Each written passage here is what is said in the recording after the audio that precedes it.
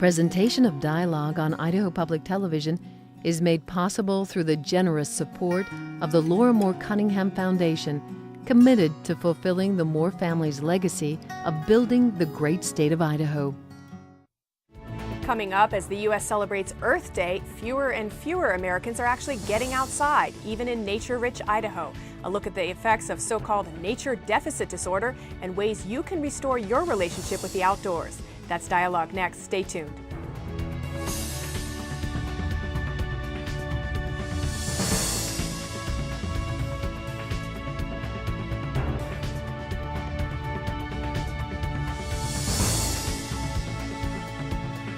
Pediatricians are now saying that this generation of children may be the first to have a shorter life expectancy than their parents in our history. That's a real threat, and that's because of the sedentary lifestyle. Hello and welcome to Dialogue. I'm Marcia Franklin. A welcome as well to those of you listening on public radio and the World Wide Web. You just heard Richard Louv, the author of the New York Times bestseller Last Child in the Woods, which looks at the effects of what Louv calls nature deficit disorder. Louv and others feel strongly that the increasing lack of connection between our children and the natural world is causing not only damage to their physical health in the form of obesity and diabetes, but also effects to their emotional and intellectual health. In the past few years, there's been a movement to bring children back into nature, and Idaho is in the forefront of that trend. Today, we have several guests who are part of the Idaho Children and Nature Network. They're here to not only talk about their efforts, but to answer your questions. What do you think is causing the trend to stay indoors? What are some potential solutions? Or is it even a problem in your opinion? Give us a call at 1-800-973-9800. Now let me introduce my guest. Dick Jordan is a science teacher at Timberline High School in Boise and an advisor to that school's Tree Club. That stands for Teens Restoring Earth's Environment. Mr. Jordan also organized the first Be Outside Day in Boise this year, which we'll hear about in a moment. Welcome. Thank you so much. Also joining us is Megan Laxalt-Mackey from the U.S. Fish and Wildlife Service. Ms. Laxalt-Mackey is the chair of the Idaho Children and Nature Network, a consortium of governmental and non-governmental groups that has put together an initiative and a website on this issue. Thanks for being here. Thanks, Marcia. And I'm pleased that we also have two students with us. Tom Glass and Melissa Webster are both seniors at Timberline High School and actively involved with that school's Tree Club. I appreciate you being here. Thank you. Thank you. Again, we're talking about why so many people aren't getting out into nature anymore, whether that's a problem, and if so, what we should do about it. Give us a call at 1-800-973-9800. It's kind of ironic almost that, here we are doing a TV program about getting outside, but we hope that people will watch the TV program and then go outside, of course. Exactly. I'll start with you, Mr. Jordan. We have some footage of you at the Be Outside Day this year. You're so active in this issue, native Idahoan from Declo originally. You have a passion for this. Why? What's the problem or some of the problems that you see that drive you to be working on this issue? Well, I think Richard Louv hit the nail on the head by talking about the fear. What we have is we have city ordinances, we have stranger danger, we have germ fears, and what that's doing is causing a lot of well-intentioned parents from keeping their kids from going outside. And so what we have to do is we have to provide the opportunity. We have to get kids outside every chance we can get, and we have to break down those barriers. We have to make it so that they can play and that they have more recess time and that we provide field trips and that we connect and network all the phenomenal resources we have in this state. Why though? Why do you have the passion for this? What's the problem? What's the effect, do you think, of this lack of connection that we have with nature? What I see is that students are not connected to the very earth that nurtured them, that we all have a sense of origin from, and because of that they flounder, they don't know, they don't have direction sometimes, and because of that I think that they don't know what they want to do with their lives sometimes. I think that connecting to the earth is just, it makes you more, let's say, well-grounded in the ultimate sense, and I think it's just something that we have to do. It's as E.O. Wilson pointed out, biophilia. We have this innate connection to life, and we have to have that to be full and complete human beings. Professor at Harvard. Let me turn to you now, students, both of you. Paint the picture for us, because we can be adults and say, oh, it's this way, kind of doom and gloom, nobody's getting outside. What do you see around? Do you see, for instance, we've got some video of kids, playing on computer games and really into that. Do you see that? Do you see some of your peers that are just disengaged from the natural world? Yeah, definitely. I think that there are a lot of people are spending much more time indoors. Video games obviously are alluring to a lot of people, and keep a lot of people indoors rather than outdoors. Both like all age groups, high schoolers like us, as well as younger kids, elementary kids, junior high. They're all spending a lot more time away from the outdoors. We see this room here with these children playing the video. What do you think attracts your peers, some of them, to only being on the computers and the video games and the Twitter and everything versus being outside? What do you think the reasons are that kids aren't getting out as much? I think there are a lot more people on those video games. They can connect to each other that way, and they compete like for the highest score on video games instead of the highest, hill in the foothills or something like that. I think they can go back to school and talk about Halo or whatever, and talk about like I got this level, and I think that's it. And they don't have to get sunburned or anything while playing. Yeah, we did a program 2 days ago, a children's program here at the station, Dialogue for Kids, and all on the same issue. And all the calls that came in were kind of fear-based, like I'm afraid to go outside because I might get sunburned, or I might get bit by a snake, or I might get dehydrated. What would you say to those kids that were calling about that? I know you love being in the outdoors. Well, yeah, I think that those are legitimate concerns. I think that you should be concerned about things like that. But at the same time, I think that the benefits of going outdoors are so much greater than that. I think that if you're concerned about things like that, you should, maybe if you're young, start by going out with your parents, and they can take you obviously places that are safer and take good care of you, put on sunscreen, make sure they bring along water, stuff like that. I think that, just starting small and getting outdoors, I think that you'll learn to love it more than fear it. And what about your personal experience, Melissa? I know you've gone out now with Mr. Jordan on some trips, but when you were growing up, was that the norm for you, or is it something that you've had to learn to do? Yeah, it was. When I was a kid, I used to go out a lot. My brother was the connection for me, and then he went off to college when I was, 13. And so I didn't really realize it, but I had stopped going outdoors until junior year. I went on a camping trip, and I thought, oh man, I miss this. And I just realized how really important it is to get connected even in school. When you're in school, it's important to be outside. Like I really realized that then. Before I move on to Megan, tell folks just real briefly what you get from being outside. Why do you like to be outside as opposed to playing on a video game? Or I think that it's sort of calming and exciting at the same time. If I'm having a stressful day or week or whatever, I can go outside and I can spend some time riding my bike, and it really calms me down. But at the same time, I see things that really get me excited. I kind of explore and experience different aspects of the natural world. Maybe I see a deer or an elk, and it just gets me really connected with it. What do you like about being in the outdoors? It's definitely a calming effect. Like the pressures of the day of school, of just like the sounds of the city, they really get you. And so when you get outside, it helps you focus on what's really important, and you get to have some time with yourself and time with what's around you that you don't see all the time because you live in the city so. Well, it seems natural that, as Tom was mentioning, parents would take their kids outdoors, but we know from the data and statistics that they aren't. And so this consortium that I mentioned, Idaho Children and Nature Network, which is how many groups now are involved in it? Well, Marcia, we have over 100 entities right now. So it's an amazing coalition. It's grown by leaps and bounds in the last, certainly since we kicked off in January, but the last 2 years have just been incredible. People like Mr. Jordan and students like you and Marcia, there are just so many people interested. And I think it's because Idahoans, not only do we have a beautiful place to live in, but Idahoans truly care about one another. And then we care about our youth. And it's the future, and so it's so future-oriented, it's positive, and that, I think, is the reason why the Idaho Children and Nature Network has been able to make such great progress in getting the information out. And what it's doing, folks, is this network is consolidating all the information across the state about various things to do outdoors on a website. And we've got some video of that website, and we'll give you the address. It's also linked to our Dialogue website. But it's an interactive website, and some of the things that you can find out about it are, like 101 things to do outdoors. Right. If you click on it. Yeah, the 101 things to do outdoors is something that we really wanted to do because we wanted to reinforce the message that it's easy, it's affordable, it's accessible. And so the 101 things to do, you just click on a picture, and as you pick up the picture, say if you click on a frog, then you learn how to go out and look for frogs.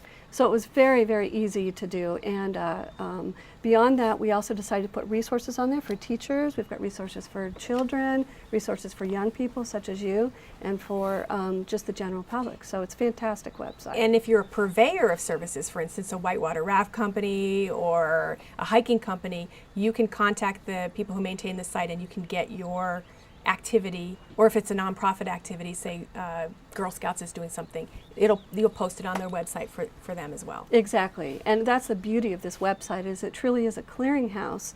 And so anybody who's doing outdoor activities with children or with young adults, they just contact us. The initiative is called Be Outside, and you get on and we post everything up on your website along with your logo, and it's a great way for people to be able to connect, and statewide too. So it's a beautiful way to get all that information quickly out. Well, we've got the website linked to the Dialogue website at idahoptv.org, and I believe we also have, there we go, the great logo, beoutsideidaho.org. You can find it there as well. It's linked there. I want to play a quick quote, and then we're going to go to some phone calls. This is a quote from Richard Louv, the man that was in the introduction, who wrote Last Child in the Woods. And this is his take on why so few people are now going in the outside. I think the underbelly of this issue is fear, is that as parents we're scared to death, primarily of stranger danger. The perception of stranger danger is far higher than the reality. The truth is that the number of stranger abductions, for instance, is actually relatively low. One is too many, but it's low, and it's been steady or dropping for 20 years. What's been increasing is the amount of time that the cable news channels spend on a handful of terrible crimes against children, repeat them over and over and over again. Is that what you see as a teacher? And I know you're a parent too, so you're recipient of these messages as well. Have we scared everyone from going outside? I think there's two factors. Not to pick on the media, but I think the media, we live in the information age, and I think two things are happening. I think we're sending a message of fear because there are concerns, but they're no more than they've ever been. And secondly, we're starting to promote things. Instead of going to raft on the Payette River, we would go to a commercial rafting park, okay, structured and safer. And so I definitely think that we have overextended the information, and the fear is there, but I think it's unfounded. And I think we've got to network, especially with this type of organization, the Be Outside Initiative, and I think that's the kind of networking that it's going to take to get people working together again. And we know, and in doing research for this program, came across the statistics that 64% of the violence perpetrated against children is in the home, unfortunately. 10 times the abductions happen from people who know the child. It's a custody dispute or something like that. It's extraordinarily rare that a stranger would abduct a child. Do you hear this overprotective nature that we hear about? Have you experienced that as well? Like, oh, don't do that. We don't want you to get, be out there by yourself, or. Yeah, definitely. Especially younger. I mean, of course, my parents are concerned about my safety, but I mean, as I get older, it's kind of harder for them to realize getting independence, and it's like, I want to do the things I want to do, but I understand I have to be safe about it.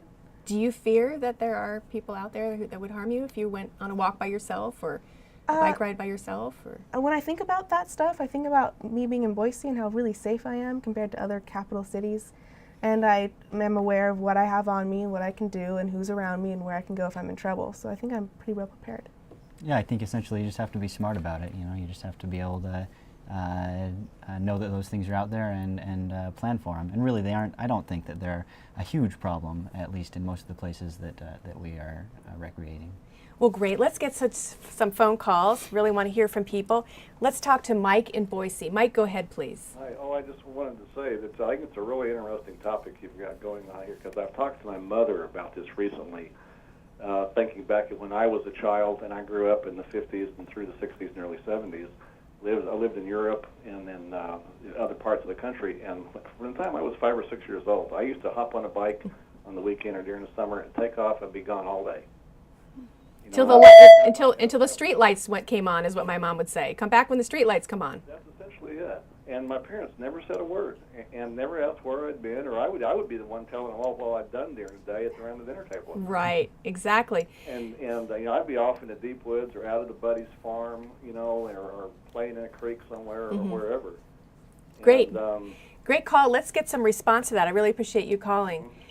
Myself as well. I mean, I went out, played on the block, went to summer camp. Mom put me on the bus, put me on the train, just said, go, and now there just seems to be so much more fear. Some parents won't even walk their children to school. We've got suburbs too. I think we've got some footage of it. I mean, just these cul-de-sacs that are kind of cut off, and it forces you to drive everywhere, drive to play dates with kids.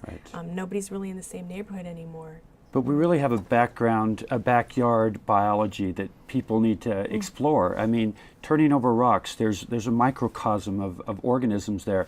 And we've got to encourage kids to get dirty. I mean, it's okay to get dirty, and it's okay to build some little structure, little fort in the backyard, or play with friends, and not have that structured play always. But Richard Louv has this comment in his book about, the suburbs that we live in now. So many of them have these covenants and restrictions where you can't even put hopscotch on the ground anymore with chalk, or you can't build a tree house, or you can't build a fort, so you can't have that kind of unstructured playtime. Well, I think too, in some ways, we've been held hostage in our own communities, and I think you're always most fearful with something that you don't know. And so, if you're held in a community and you don't have the ability to go out and explore other areas, you don't understand it, and so you're more fearful of it. So that's where I think we need to start to begin a cultural change. We're talking about cultural change. Exactly.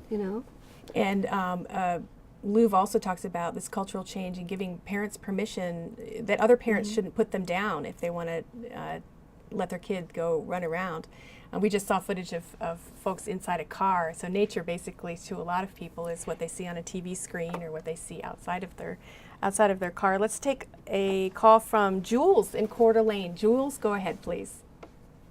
Well, with all the technology that is available to our children now, they get overwhelmed with it and overoccupied with it. So it's a continuous effort on the part of parents to keep them interested in the outdoors, even if they live in the middle of a forest where they don't have to worry about any restrictions. They can run out there and play in the woods all they want, but would rather be on their BlackBerry or their games or this and that. The seductive nature of the technology. Right. So it takes a continuous effort on the part of parents, I think, to take their children in the summertime on long camping trips for a week or two and talk to them about the environment and how they can enjoy it, so they get that, keep that love going. Thank you very much for the call. Why aren't the two of you sucked into this electronic technology, the Twittering and the Facebooking and the Wii and the Game Boy? And I mean, I know all these things because I hear them, but they're not of my generation. Why aren't you partaking of that? I think they have their place, and too often do I get sucked into those things, but I try and keep myself away. But I think I was really lucky to have a park down the street where I got to play in the mud and found a crawdad and took it home, and he died because I didn't know what to feed him. But and even though my mother hated tracking mud in the house, I mean, I still got that. And so I think that, we're growing up with a cell phone in one hand and like a Game Boy in the other, and it's just, you just grow up with it. That's all you know.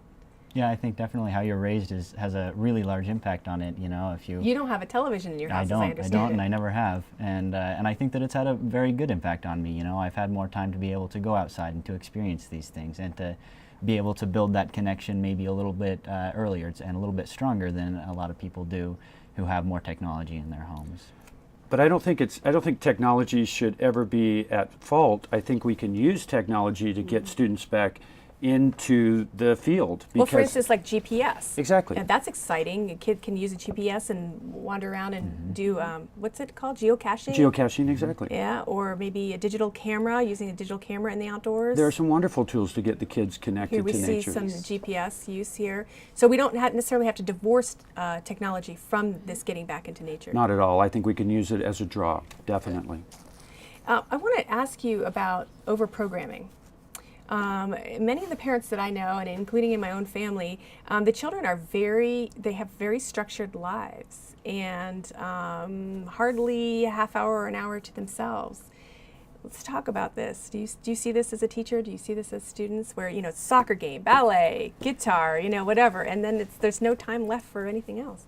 Just, Louv makes a comment about unstructured play, and I think it is so important to have that. I think that when you start into structured play, not to pick on the soccer moms out there, but when you start automatically into a game that has winners and losers, kids don't have the opportunity to make up their own games. And so I think it's really important that you have those structured games, but you also have unstructured play time. I think that is so important as young kids are developing, and we just have to make that time. We do. I think that unstructured play leads to sort of exploration too, and the ability to learn things. While you're out there playing, you can, build a fort or whatever, and learn about the different mechanisms that work to be able to support it. Just things like that. I think that it adds to the experience of it, being able to learn something while you're doing it as well. Well, just yesterday, I know you were both at a tree planting that I was at, and I noticed that the elementary school kids afterwards, when the tree was planted and they were watering it, they decided to name the tree. And so there was just kind of this extemporaneous game almost that came up that, well, what should we name it? And they finally decided to name it Timber. But they came up with a whole bunch of different names, and that was just through the play, through the back and forth, the playing. Let's take another call. Jack in Boise. Jack, go ahead, please. Hi. I've noticed that people or parents have gotten lazier, and it's more convenient for them to put their kids in front of a TV or in front of a game, so they don't have to do as much. And a lot of that is our society as far as the cost of living is concerned, because both parents have to work, and so there's a standard there that we've lost. Great. It's a great point. Thanks for bringing it up. This idea that it's a babysitter, basically, the technology. It makes it easier for parents, especially if they're working, and just say, go and play a game on the TV. I think it cycles back to this idea of not wanting to let them just wander around the neighborhood by themselves as well, I think that's a really good possibility, but I also think that parents are also overstructured. Yes. And so we're in a fast world. We're in a technology-driven world. We're going at just an incredible pace. And so I think sometimes when we just look outside the door, that's where the answer is. It's quieter. It's slower. It brings us all back to nature. It brings us all into a more communal environment. And I think those are the messages that we're beginning to learn, that our parents are going fast, our children are going fast, and just sitting them down in front of a TV isn't going to take care of the problem. Well, and the irony about this strange violence or fear of violence is that the images that many children and adults are watching on television and the video games are far more violent than what they would experience if they went outside. Exactly. Let's take one more call if we can. Matt in Rexburg. Matt, go ahead, please. Hi, this is just a commenter. I wanted to say hi to Mr. Jordan. He was my biology teacher about 24 years ago at Jerome High School, the Magic Valley. Alrighty. I think he was just starting out then, but he gave us a great assignment. We had this insect collection that we had to do. It took the whole summer to do, and between my freshman and sophomore year, I spent the whole summer outside climbing up and down the Snake River Canyon, and it was absolutely a wonderful summer. So, Matt, it's so good to hear from you. 200 different species. Do you remember that? Oh yeah, I know some of the phyla. There was some Hymenoptera and Lepidoptera. And oh, very good. Very good. I'm proud of you. So thanks a lot. Oh, you betcha. Thanks so much. Well, good to hear from you. That must make it all worthwhile. And it talked just briefly about the role of schools and where you see schools helping in this arena. I think schools are pivotal because I think, as Megan pointed out, parents are stretched to the limit, and I think that we have to provide environmental education. We have to provide the opportunities, and so schools are a safe place too. They are a safe place, and we can provide safe opportunities. And so, I'm a big proponent that education can make the difference. But what we've got to do is we've got to provide in-service time for teachers. We've got to provide field trips for students. But those are lessening, right? And recess is lessening. Yes, they are. All of that's getting constrained, and we're still feeling the effects of No Child Left Behind. And what we want to see is No Child Left Inside. Megan, could you give us an update? There is legislation, No Child Left Inside, federal legislation that would pump more money into this area. Actually, yesterday on Earth Day, Senator Jack Reed from Rhode Island and Senator John Sarbanes from Maryland went forward with the House and the Senate version of No Child Left Inside. And so the purpose of this bill would be, if it's passed, would be to get more funding into schools. It would be competitive funding in a lot of cases for schools and nonprofits for environmental education in schools. Try to get back on track what you're talking about, Dick. Get more outdoor activities going. Let's get some school field trips going, more environmental education. And also, ultimately, we know the push right now has got to go in the direction of your generation.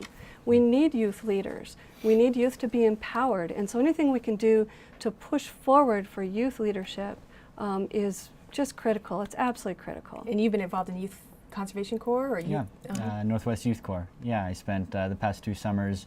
It's a job actually out for 5 weeks building trails and doing maintenance on trails and things like that with a group of about 10 other kids, also teenagers, just in the Northwest. And I think that it's a really great program. There are tons of programs like it too.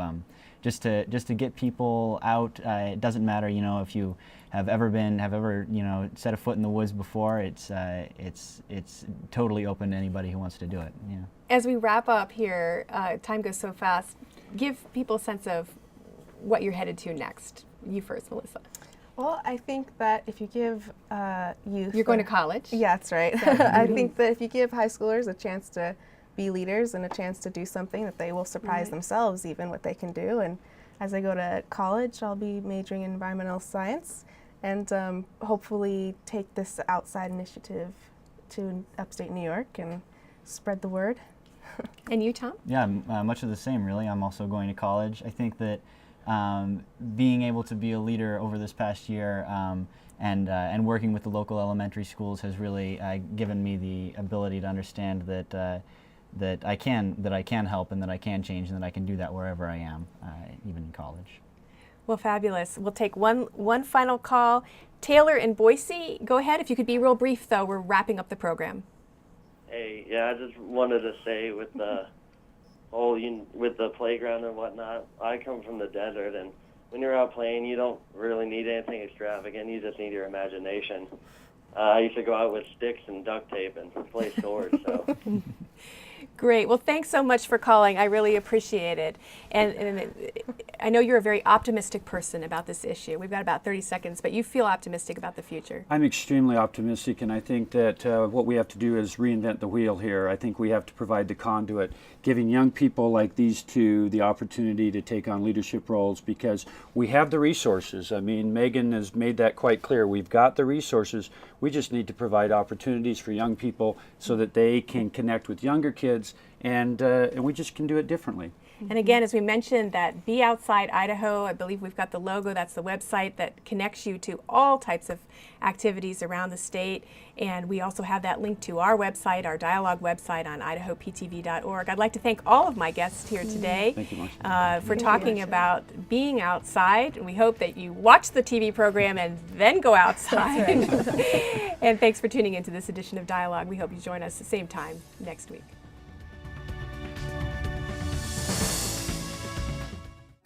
Presentation of Dialogue on Idaho Public Television is made possible through the generous support of the Laura Moore Cunningham Foundation, committed to fulfilling the Moore family's legacy of building the great state of Idaho. To order a copy of this program from Idaho Public Television, call our toll-free number or visit us on the World Wide Web.